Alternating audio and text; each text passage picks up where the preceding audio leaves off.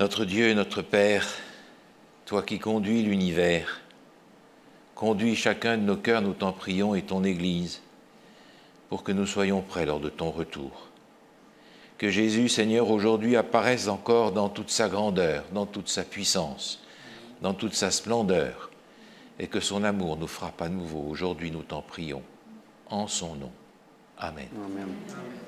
Si vous voulez ouvrir vos Bibles dans Apocalypse 15, 2 à 8. « Et je vis comme une mer de verre mêlée de feu, et ceux qui avaient vaincu la bête, et son image, et le nombre de son nom, debout sur la mer de verre, ayant des arcs de Dieu. Et ils chantent le cantique de Moïse, le serviteur de Dieu, et le cantique de l'agneau en disant, « Tes œuvres sont grandes et admirables, Seigneur Dieu Tout-Puissant. Tes voies sont justes et véritables, Roi des nations. Qui ne craindrait, Seigneur, et ne glorifierait ton nom? Car seul tu es saint, et toutes les nations viendront et se prosterneront devant toi, parce que tes jugements ont été manifestés. Après cela, je regardais, et le temple du tabernacle du témoignage fut ouvert dans le ciel. Et les 7 anges qui tenaient les 7 fléaux sortirent du temple, revêtus de lin pur, éclatant, et ayant des ceintures d'or autour de la poitrine. Et l'un des 4 êtres vivants donna aux 7 anges 7 coupes d'or, pleines de la colère de Dieu qui vit au siècle des siècles. Et le temple fut rempli de fumée à cause de la gloire de Dieu et de la puissance et de sa puissance. Et personne ne pouvait entrer dans le temple jusqu'à ce que les 7 fléaux les 7 anges furent accomplis. Que la parole de l'Éternel soit bénie. Quand une crise arrive, que ce soit dans notre vie personnelle ou d'une façon beaucoup plus large, elle produit toujours de la peur. Et ce qui est intéressant, c'est que face à une même crise, tout le monde ne va pas avoir la même peur. Certains vont avoir peur de manquer de papier toilette. Certains vont avoir peur de manquer de nourriture. Certains vont avoir peur de manquer d'argent. Certains vont avoir peur de ne plus avoir leur connexion Internet. Certains vont avoir peur de la maladie. Certains vont avoir peur de son remède. D'autres vont avoir peur des explosions solaires qui risquent de griller tous les circuits électroniques de la Terre. Certains vont avoir peur des gouvernements. D'autres vont avoir peur du niveau de la mer qui monte. Face à une même crise, tout le monde va avoir une peur différente. Les chrétiens aussi vont avoir leur peur. Ils vont avoir leur peur de la fin du monde. Certains vont avoir peur de l'enlèvement secret. Mais j'ai une bonne nouvelle pour eux. Il n'y a pas d'enlèvement secret. Quand Jésus va revenir, ça sera en gloire. Alors d'autres vont avoir peur de la fin du monde et du commencement du jugement dernier. Alors j'ai une bonne nouvelle pour eux, le jugement dernier a déjà commencé. Alors ils vont avoir peur de la fin du jugement dernier.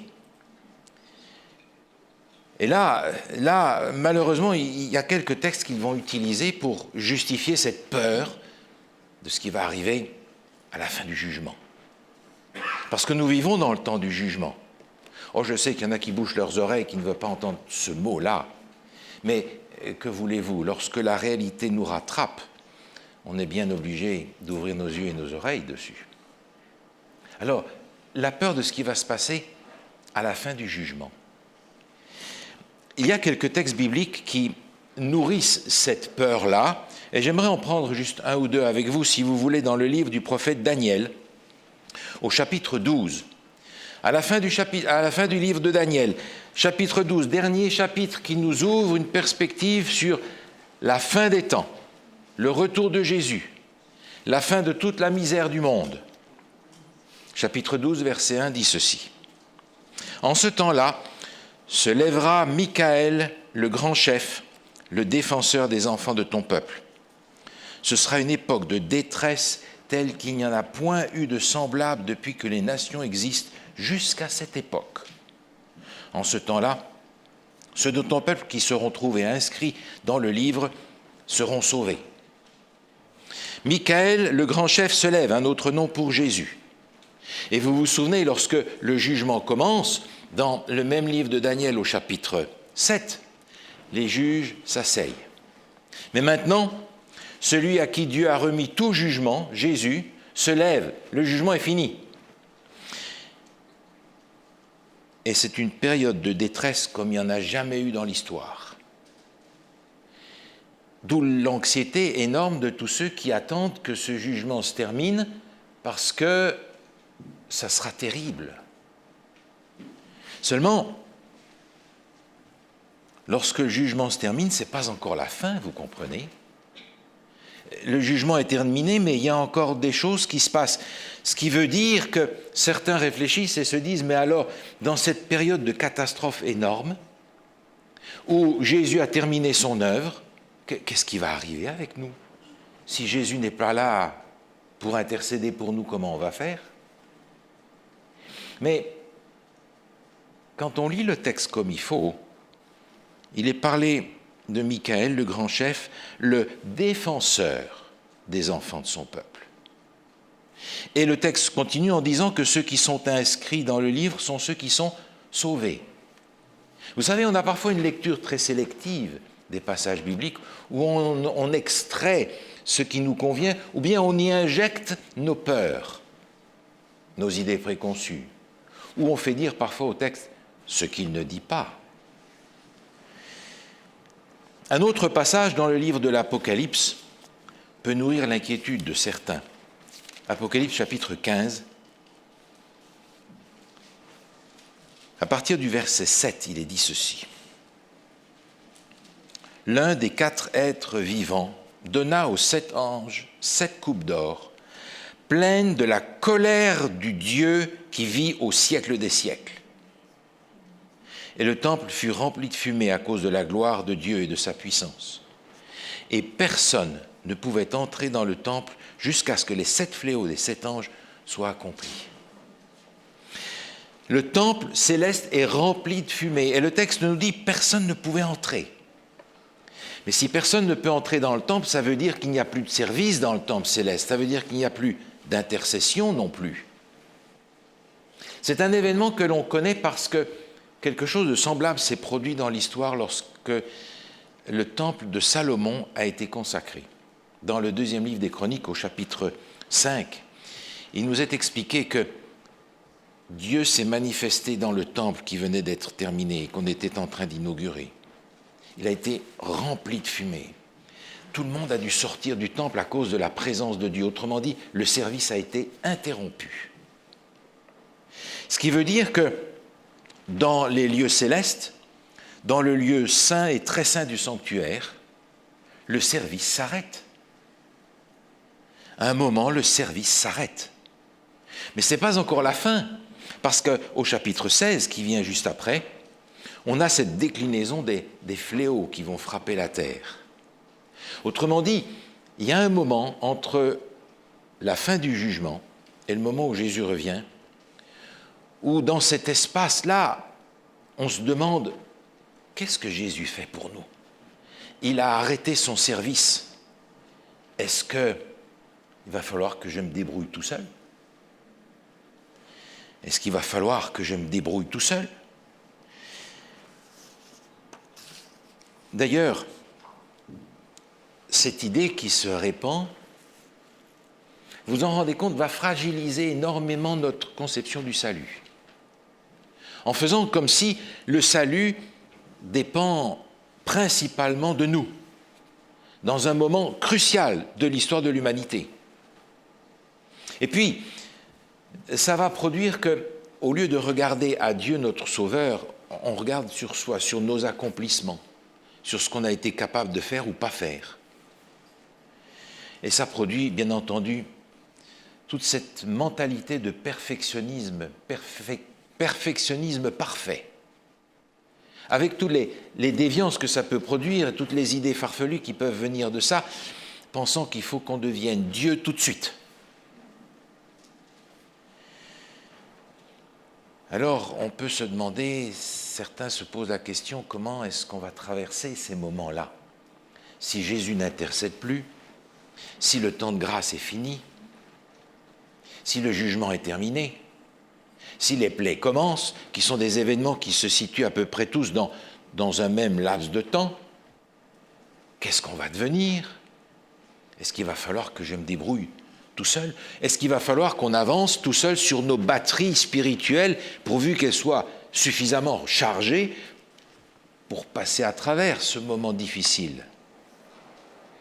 Et puis, il y a eu de la part des pionniers et des revivalistes de l'époque du Réveil, parfois des textes qui nourrissaient aussi cette idée. Dans le livre Tragédie des siècles, par exemple, à la page 665-666, se trouve ce paragraphe. Au moment où Jésus quittera le sanctuaire, les habitants de la terre seront plongés dans les ténèbres. À cette heure lugubre, les justes devront vivre devant la face de Dieu sans intercesseur. Quand on s'arrête là dans le texte, on se dit, mais oui, en effet, Jésus a arrêté de travailler pour nous, il va falloir qu'on avance tout seul sur nos batteries.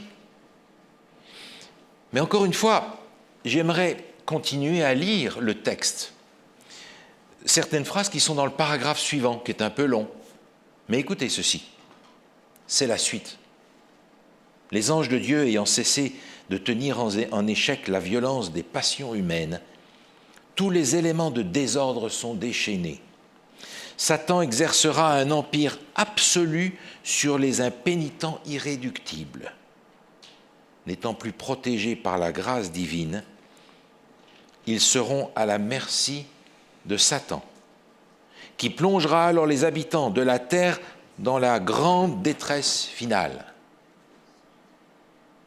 Vous avez remarqué que les impénitents et les méchants ne sont plus protégés par la grâce de Dieu? Non. Il y a effectivement quelque chose qui change, mais ce texte est en train de nous parler de cet élément qui change dans le ministère de Dieu, qui ne protège plus les méchants. Et les croyants vont être confrontés au cataclysme extraordinaire de la fin des temps, comme les autres. Mais nous n'avons aucune idée. Nous n'avons aucune idée de la puissance du ministère de Jésus pour nous. Nous voyons la croix parce que nous en avons le récit dans les Écritures.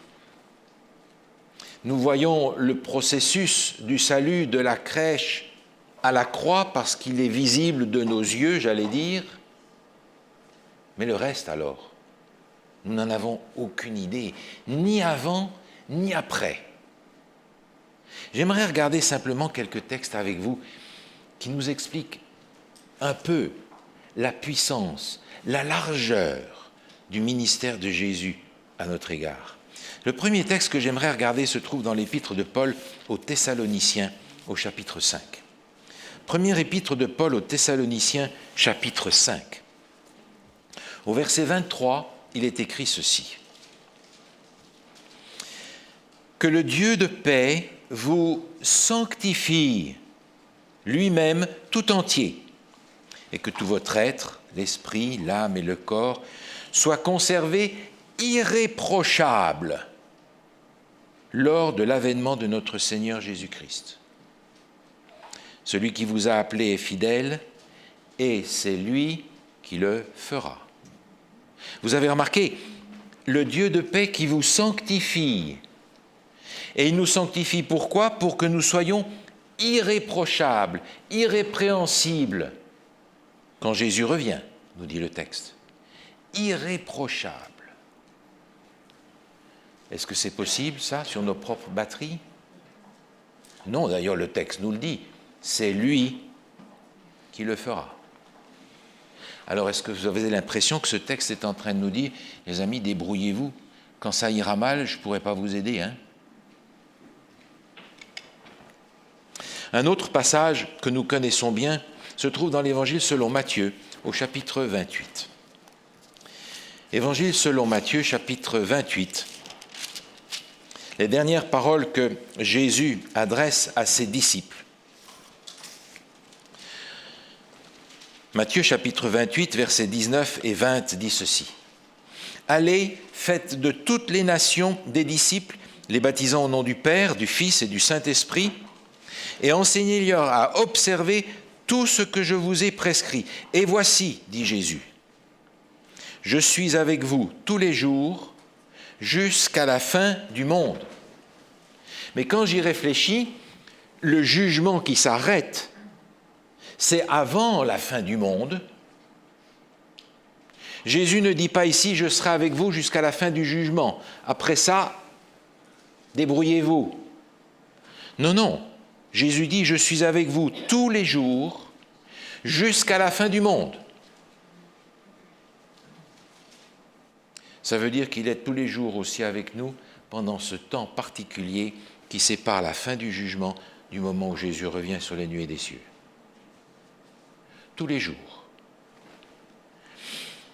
Lisons un autre passage, voulez-vous, dans la lettre de Jude. Jude, verset 24, parce qu'il n'y a pas de chapitre. Jude, juste avant l'Apocalypse. Jude, verset 24, dit ceci.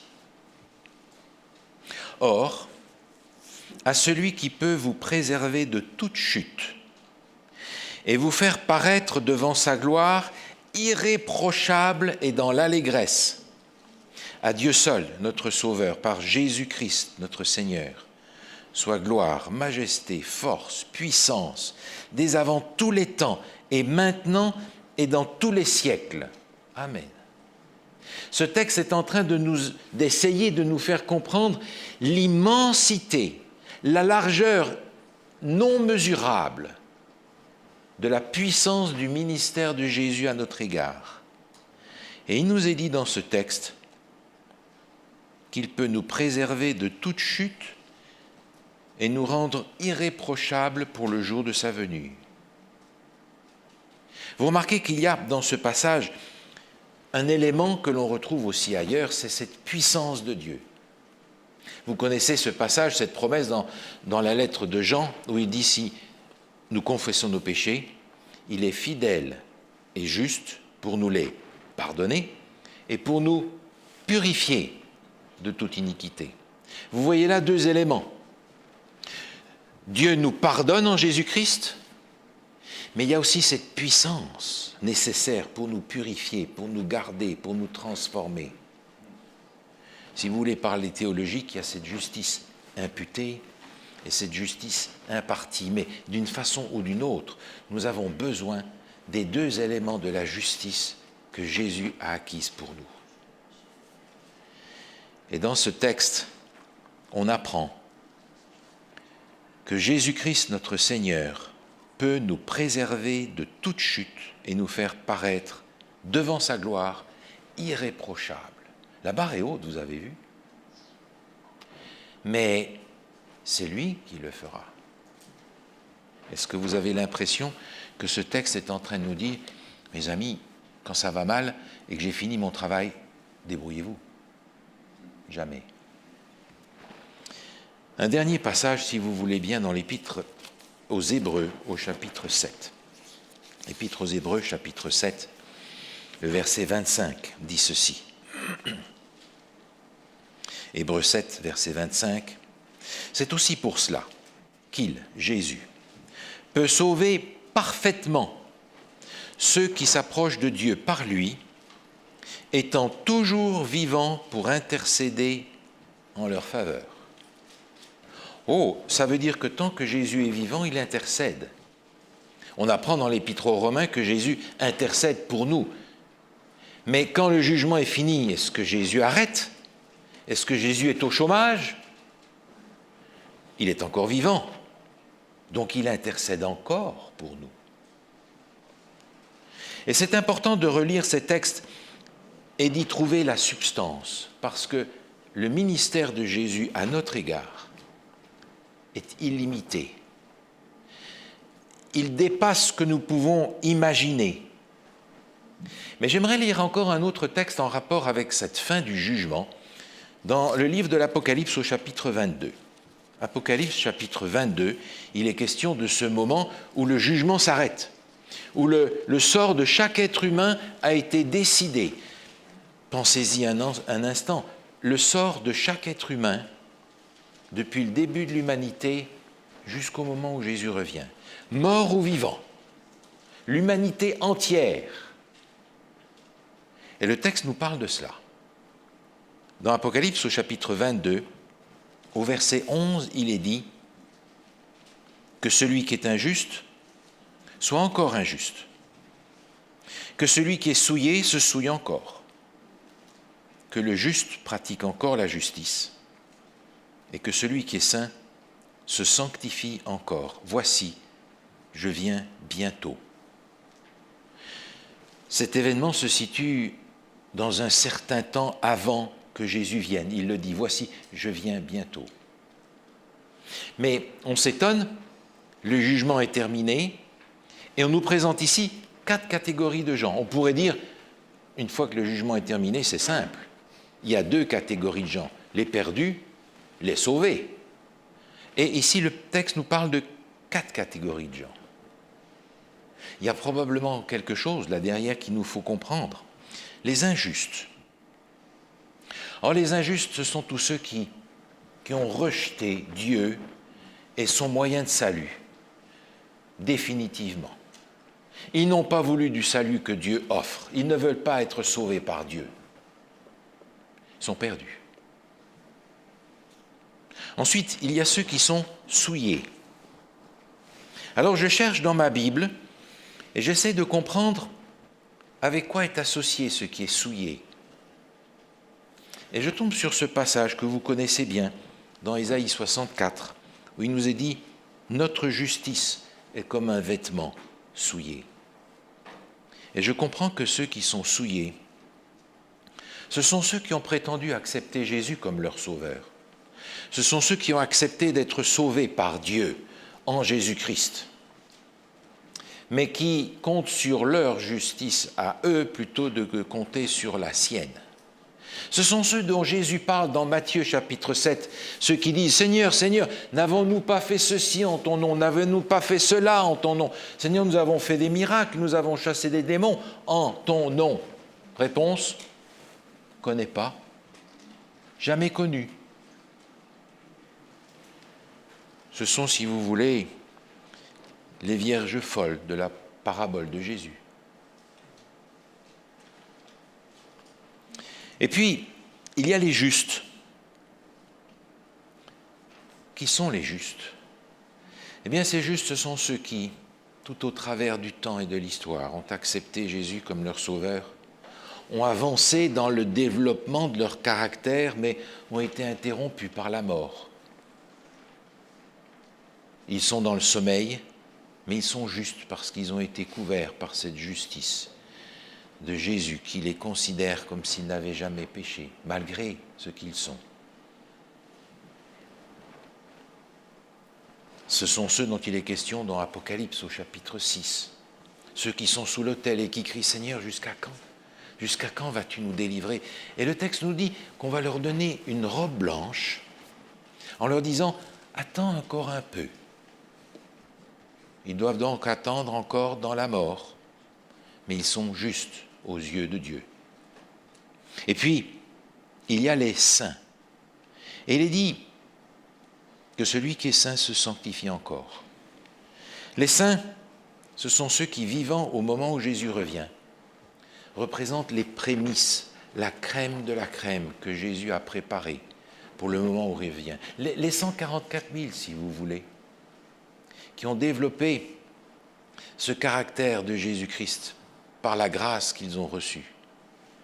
Ce sont ceux-là qui se sanctifient encore. Ah, mais vous comprenez, ce n'est pas un plafond à atteindre, c'est une dynamique à vivre. Et même s'ils sont saints et purs, même s'ils ont enfin ce caractère de Jésus, il y a encore un avancement dans le temps. Ils doivent encore avancer. D'ailleurs, ces gens se trouvent dans une situation tout à fait particulière et unique dans l'histoire de l'humanité. Ces gens qui sont vivants au moment où Jésus revient et qui sont sauvés, ils ont passé aussi au travers du jugement, c'est-à-dire que leur péché n'a pas seulement été pardonné, leurs péchés ont été effacés, ont été détruits, parce qu'ils ont vécu cette expérience de l'expiation. Référence, bien entendu, à la fête des expiations dont il est question dans Lévitique 16, où tout un symbolisme était mis en place pour faire comprendre qu'il y a un moment dans l'histoire où le pardon n'est plus suffisant. Il faut maintenant expier le péché, c'est-à-dire détruire le péché et son origine. C'est de ça dont il est question. Donc, leurs péchés ont été expiés, ils ne sont plus, ils ont été détruits. Si bien que le ministère de Jésus en ce qui concerne le pardon des péchés pluriels n'est plus nécessaire à leur égard, mais ils sont encore des pécheurs. Et par conséquent, le ministère de Jésus pour les pécheurs est une absolue nécessité pour chacun d'eux. Est-ce qu'ils vont se débrouiller tout seuls? Jamais. Jamais. Ils sont encore des pécheurs. Ils n'ont pas encore vécu cette expérience de la transmutation. Ils ne sont pas encore immortels, ils ne sont pas encore transformés, ils sont encore des pécheurs. Et les pécheurs ont tous besoin du ministère de Jésus, chaque jour, à chaque heure. Et nous n'avons pas idée. Nous pensons être un petit peu le centre de l'univers. Mais non, nous ne sommes pas le centre de l'univers. L'univers de Dieu est infiniment plus large que ça. Écoutez ce commentaire dans le livre Message à la jeunesse, à la page 251. Écoutez ceci. L'œuvre du Christ devait avoir pour résultat de confirmer les habitants des autres mondes dans leur innocence et leur fidélité, et non seulement sauver ceux qui, dans ce monde-ci, étaient voués à la perdition. Il a ouvert une voie qui permet aux désobéissants de revenir à la fidélité due à Dieu, et par le même ministère, il a entouré d'une sauvegarde les êtres déjà purs pour les empêcher d'être contaminés. Le bras qui a arraché la famille humaine à la ruine occasionnée par les tentations de Satan, c'est le même qui a préservé du péché les habitants des autres mondes. Le Christ est médiateur en faveur de l'homme, et l'ordre des mondes invisibles est aussi maintenu par son œuvre médiatrice. Mais alors, mes amis, si ces mondes qui n'ont pas péché, qui ont résolu de ne pas tomber dans le panneau dans lequel nous sommes tombés en tant qu'humanité, ont besoin encore eux aussi de cette puissance protectrice du ministère de Jésus, à combien plus forte raison, nous pécheurs, en avons-nous encore besoin, même si nous sommes scellés par la grâce de Dieu? Et vous pensez que Jésus va venir à ce moment crucial de l'histoire de l'humanité et nous dire, vous savez mes amis, moi j'ai fait mon boulot, maintenant c'est à vous de jouer pour traverser ce moment-là. Vous pensez que le Seigneur va nous dire, allez-y avec vos batteries, le contact avec eux, le ciel coupé. Vous pensez que Jésus va nous dire, écoutez maintenant, le dernier bout, vous allez le traverser en apnée. Si les mondes qui ont résisté au mal ont encore besoin de la protection de Christ et de son ministère, à combien plus forte raison ceux qui sont encore pécheurs en ont-ils besoin? Tragédie des siècles 673 nous dit ceci. L'amour de Dieu pour ses enfants aux jours des plus rudes épreuves est aussi puissant et aussi tendre que dans les jours les plus ensoleillés. mais il faut qu'ils passent au creuset, que leur mondanité se consume et qu'ils reflètent parfaitement l'image du Sauveur. Cette phrase est issue d'un chapitre où l'auteur parle de ce que nous appelons le temps de trouble de Jacob, un moment difficile après le jugement, où les sauvés ont l'impression qu'ils ne le sont pas, où l'épreuve est énorme, précisément parce que Dieu ne retient plus les vents. Dans ce moment-là, nous dit ce texte, l'amour de Dieu pour ses enfants est aussi puissant et aussi tendre dans les jours ensoleillés que dans les jours des plus grandes épreuves, parce qu'il y a encore quelque chose à faire. Il faut qu'ils passent au creuset, que leur mondanité se consume et qu'ils reflètent parfaitement l'image du Sauveur. Vous vous souvenez dans le texte d'Apocalypse tout à l'heure, il était question des saints qui se sanctifient encore. Il y a encore une marche à accomplir pour ceux qui sont scellés et qui attendent le retour de Jésus. Il y a une marche encore à accomplir. Est-ce que nous allons l'accomplir tout seul? Jamais de la vie. Sur nos batteries, quelle batterie? Nous n'avons pas de batterie spirituelle, nous devons rester branchés à la seule source de puissance qui est en Jésus-Christ. Nous n'en avons pas d'autre. Est-ce que cela veut dire que quand le jugement est fini, Jésus est au chômage et s'en va s'asseoir en attendant que ça passe?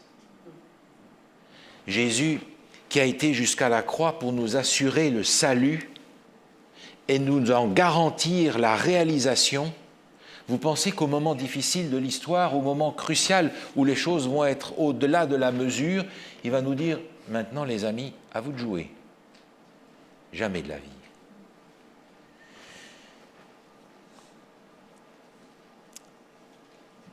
Il est nécessaire que Christ nous garde par son intercession, tout autant qu'il nous sauve par son sang. Cette phrase est très puissante. Il est nécessaire que Christ nous garde par son intercession, tout autant qu'il nous sauve par son sang.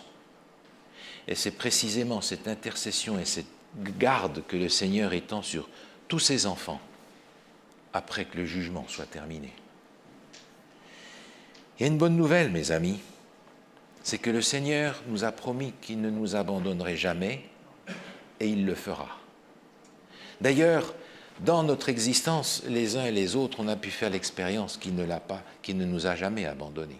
Oh, il y a eu des hauts, il y a eu des hauts extraordinaires, mais des bas terriblement profonds. Et le Seigneur était là pour nous garder et pour nous sauver. Mais le fait que le Seigneur est là constamment ne veut pas dire qu'il nous faut relâcher notre attention dans ces moments qui sont les moments de la fin. Dans le livre Jésus-Christ, à la page 300, il est écrit ceci. Aucune tentation ne doit servir d'excuse à un acte coupable. Satan jubile quand il entend ceux qui font profession d'être disciples du Christ chercher à justifier leurs défauts de caractère. Vous avez l'impression d'avoir fait rigoler Satan plus souvent que n'aurait voulu?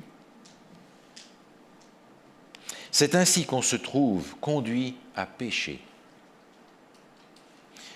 Le péché n'a aucune excuse.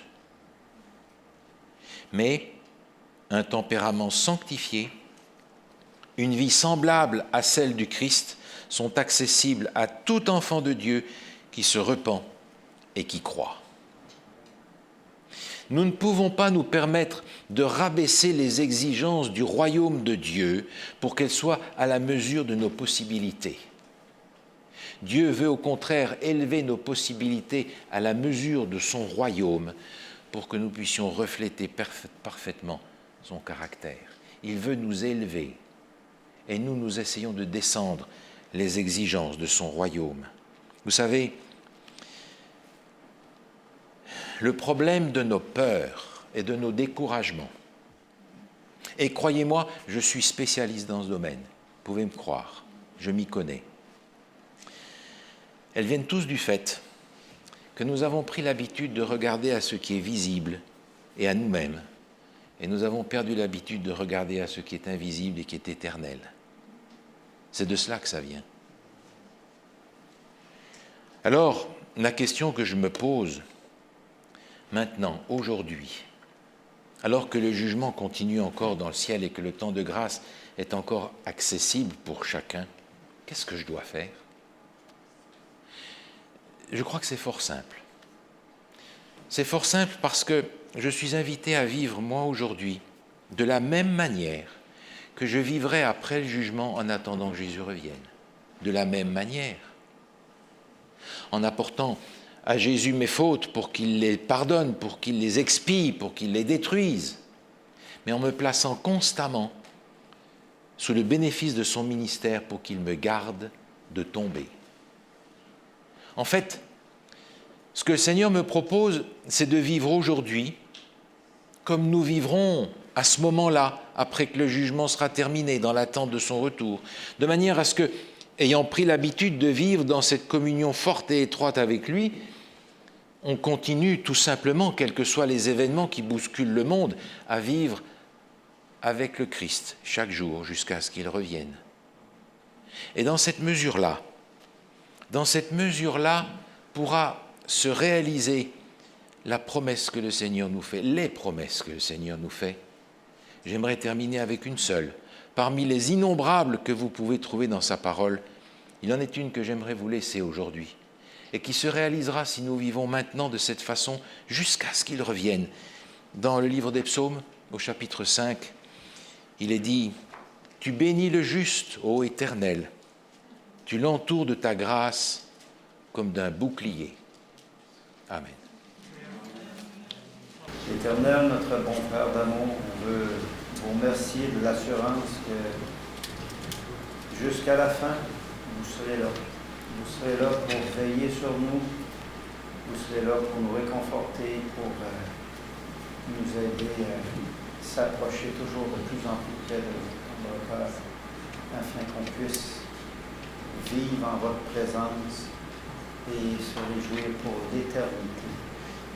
Oui, Éternel, on veut vous demander de bénir tous ces gens, de bénir tous au long de la semaine qui se préparent au-devant de nous et qu'on puisse garder les yeux fixés sur vous jusqu'à la fin du combat.